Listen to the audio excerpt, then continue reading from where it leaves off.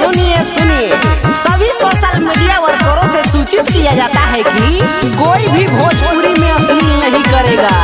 जो भी अश्लील करेगा जेल के भीतर जाएगा। समझ लो ए बाबू सुनो,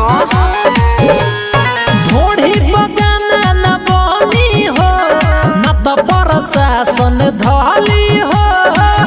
अरे समझ लियो, अरे चोली बगाना न बनी हो न तो प्रशासन धली हो। देही पर डंटा बड़ी परी हो, देही पर लाठी बड़ी परी हो। लड़की बगाना न बनी हो न तो प्रशासन धली हो। जातियों मत नहीं जाली हो न तो प्रशासन धली हो।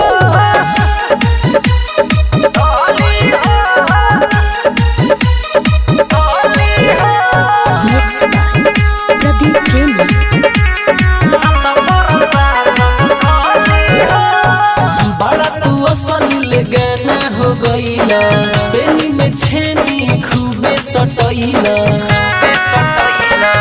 बड़ा हो असल गाना तू गईला, चांद के पार जाके खूबे दिखाइला। लड़की पट्टी पनी न चली हो, लड़की पट्टी पनी न चली हो। ढोढ़ी बगाना न बनी हो न तो प्रशासन धली हो। ऑर्केस्ट्रा में अश्लील न चली हो न तो प्रशासन धली हो।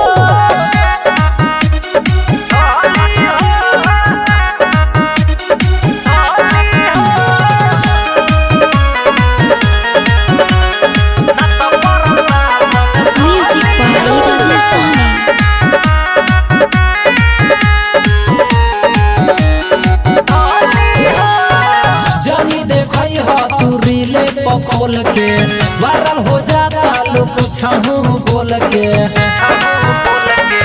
जानी देखई हो तू रीले पखोल के, वायरल हो जाता लोग पूछहु बोल के।